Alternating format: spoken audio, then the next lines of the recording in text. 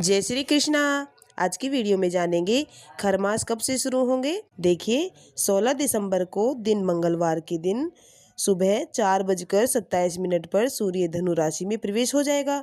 इसके साथ ही साल 2026 को 3:13 पर सूर्य देव धनु राशि से निकलकर मकर राशि में प्रवेश करेंगे।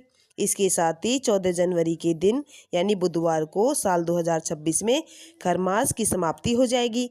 इसके साथ ही सभी प्रकार के मंगल कार्य शुरू हो जाएंगे।